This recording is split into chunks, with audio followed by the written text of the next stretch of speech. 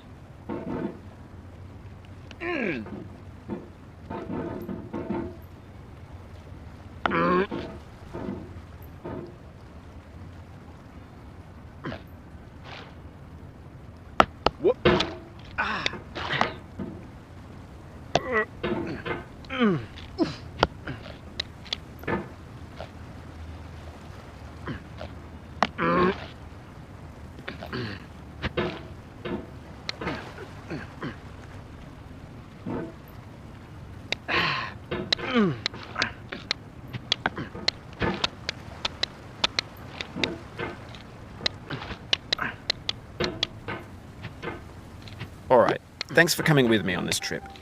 I'll understand if you have to take a break at any point. Just find a safe place to stop and quit the game. And don't worry, I'll save your progress, always, even your mistakes. This game is a homage to a free game that came out in 2002, titled Sexy Hiking. The author of that game was Jazzo, a mysterious Czech designer who was known at the time as the father of B games. And B games are rough assemblages of found objects. Designers slap them together very quickly and freely, and they're often too rough and unfriendly to gain much of a following. They're built more for the joy of building them than as polished products.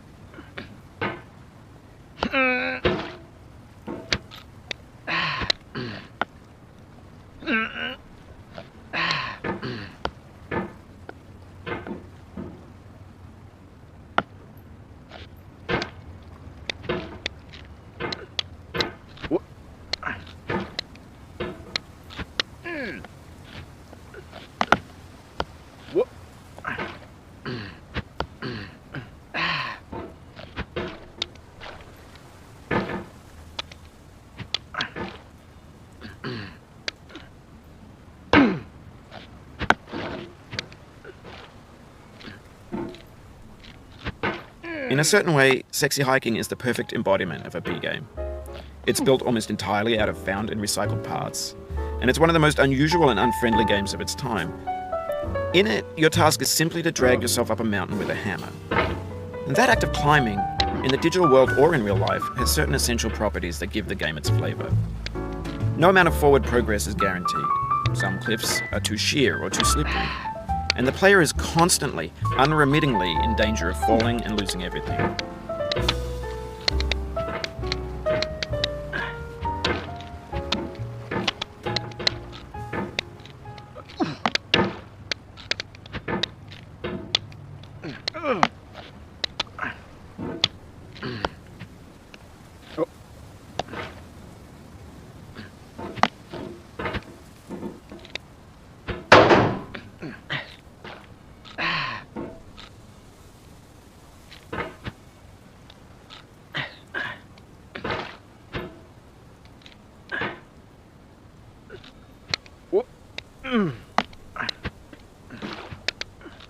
Anyway, when you start sexy hiking, you're standing next to this dead tree that blocks the way to the entire rest of the game.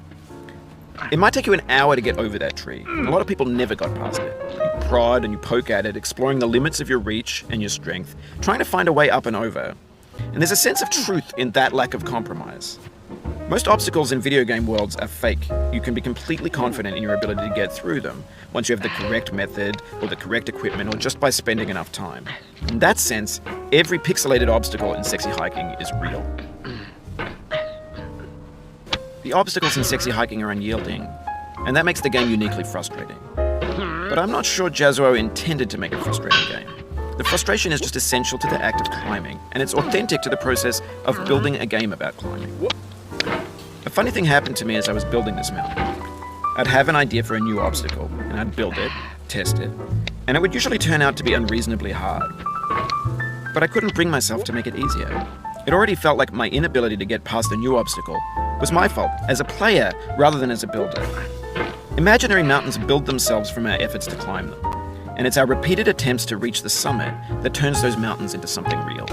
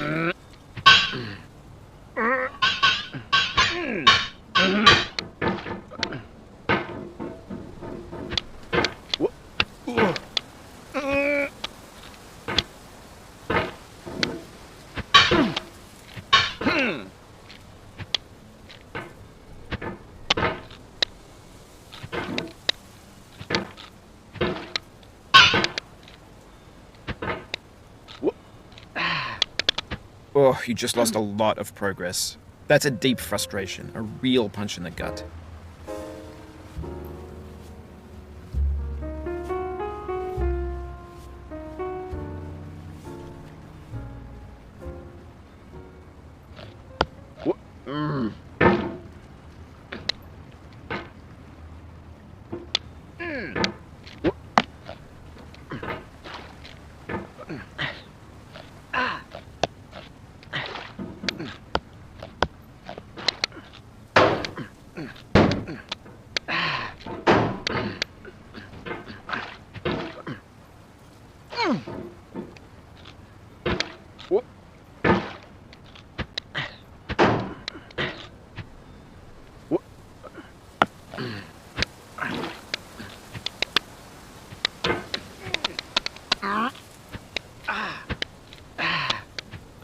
Oof, sorry about that.